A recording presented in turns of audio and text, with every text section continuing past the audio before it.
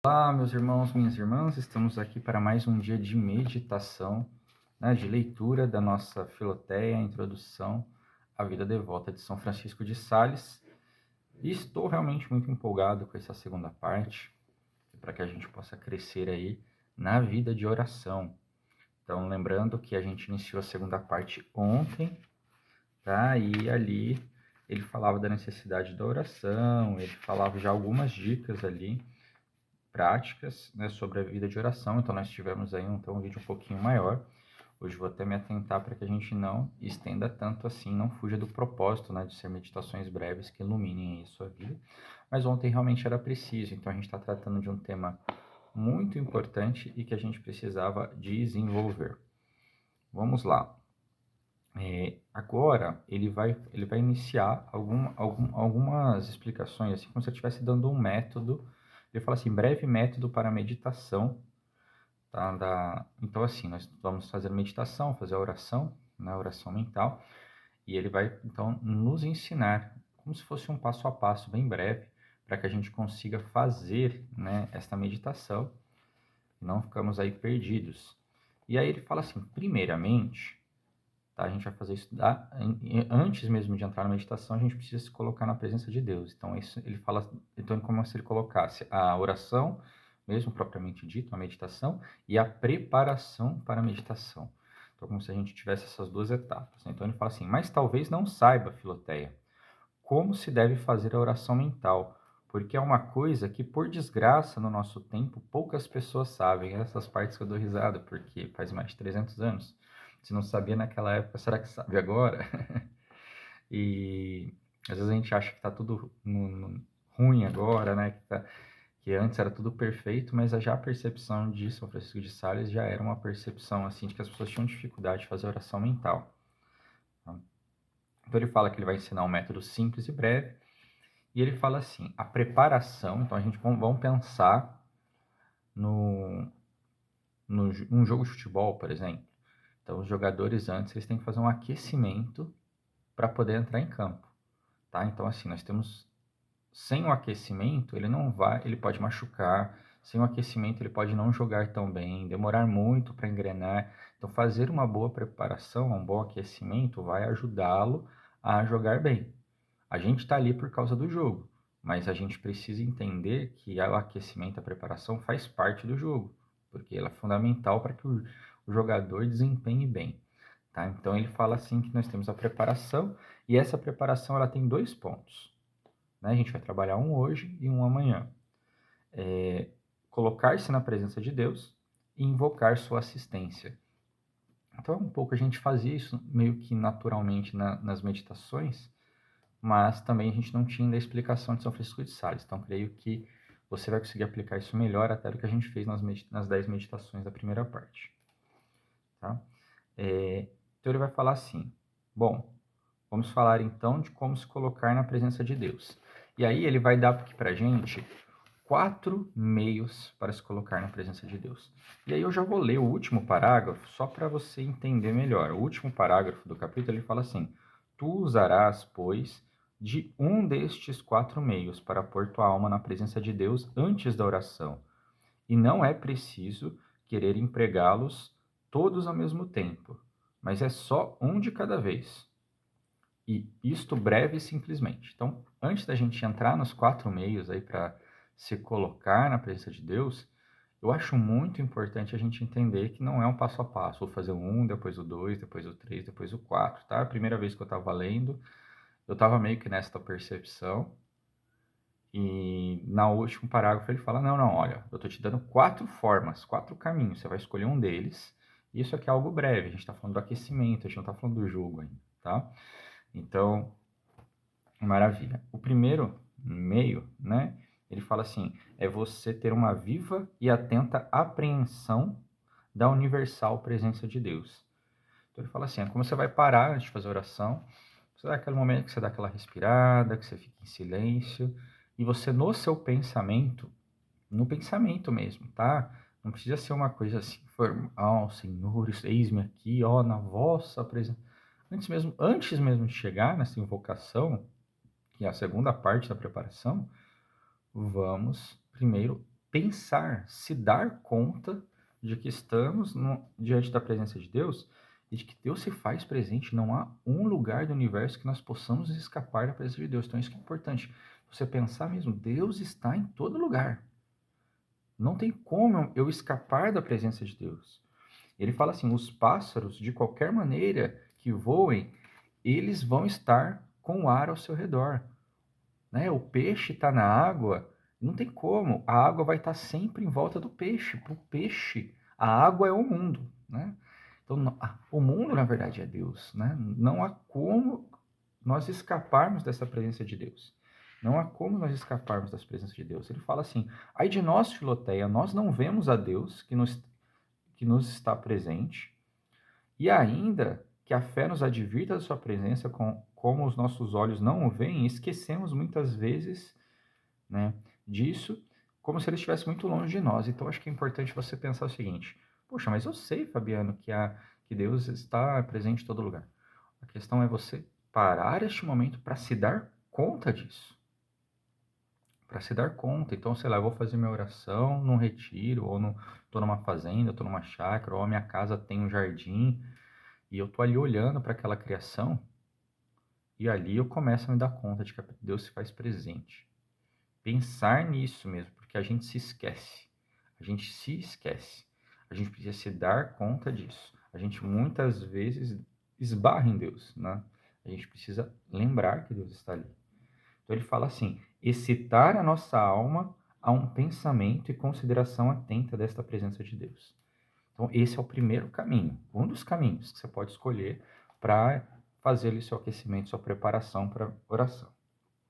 Eu falo, o segundo meio é pensar, é ir além. Deus está presente em todo lugar, mas eu posso pensar também o quanto Deus está presente no meu coração, perdão, o quanto Deus está presente no meu coração. Então, esse é um ponto que você não pode se perder. Então, você pode usar essa meditação, né? Então, ao invés de você estar olhando, pensando no Deus que está universalmente presente em todo lugar, veja, você pode usar, você não precisa escolher um para você usar a vida toda, né? Você pode usar conforme o momento, é bom termos ferramentas. Então, poxa, agora eu vou parar e pensar. Quanto Deus está presente no meu coração, está presente na minha alma, como aquela imagem do castelo interior de Santa Teresa d'Ávila. Deus habita no centro do meu coração, no centro da morada da minha alma. Olha como Deus está aqui presente, Senhor. Quantas vezes eu quero fazer o mal, de repente o Senhor me suscita na consciência, isso é a marca da tua presença na minha vida. E você vai pensando nisso, entendeu? Pensa, né? Mais do que fazer oração, eu tentei falar aqui para uma forma de inspirar, né, os seus pensamentos, tá? Mas não necessariamente seja a oração, é o aquecimento, tá bom? Mas também não tem problema nenhum conversar com ele, né? Por fim, né, nessa parte ele fala assim, Deus está presente de modo especial no nosso espírito. Exercitar em teu coração uma grande reverência para com Deus. Então a gente precisa fazer isso, tá? Isso a gente pode fazer no momento, mas se a gente faz várias vezes durante o dia, né? Isso a gente é uma coisa que a gente precisa fazer várias vezes durante o dia. Você dá conta de que Deus está presente aqui. Ô, meu Senhor, me ajuda. Ô, meu Senhor. É, tipo, pois é, Senhor. Tipo assim, aquela sensação de você mostrar para você mesmo que Deus está com você a todo o tempo. O terceiro meio, então, é mais um caminho. Você pode escolher um, pode escolher o outro, dependendo do momento. Isso aqui, falei de Santa Teresa d'Ávila, acho que também me lembra bastante Santa Teresa d'Ávila, porque ele fala assim, considerar o nosso Salvador enquanto homem que contempla do céu todas as pessoas do mundo. Então, assim, ele está pensando no Salvador, mas ele está pensando no Salvador como homem. Então, nós estamos olhando para Cristo, aqui tem um crucifixo, por isso que eu olhei, estamos olhando para Cristo. Cristo, que está lá de braços abertos para a humanidade, o nosso Salvador. Então, a gente pensou em Deus no sentido, né, do Pai, do Criador, no sentido mais amplo. Né? Deus é os três, né? Um só Deus, as três pessoas. Mas a gente pensou em Deus pelo rosto do Criador, mas a gente pode pensar ali no Salvador, em Jesus Cristo. Então, a gente olhar de forma especial, poxa, aquele que está, né, contemplando todas as pessoas do mundo, mas de forma especial os cristãos. Eu tô olhando aqui, porque o livro tá desse lado, tá, gente?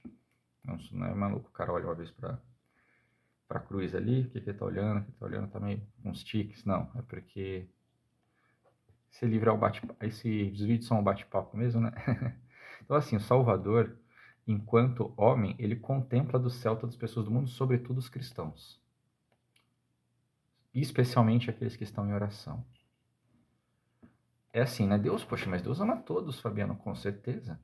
Mas não é inevitável que ele chamava, é só você olhar para isso, para o Evangelho, né? Ele tinha, lá, eram 72 discípulos que ele enviou.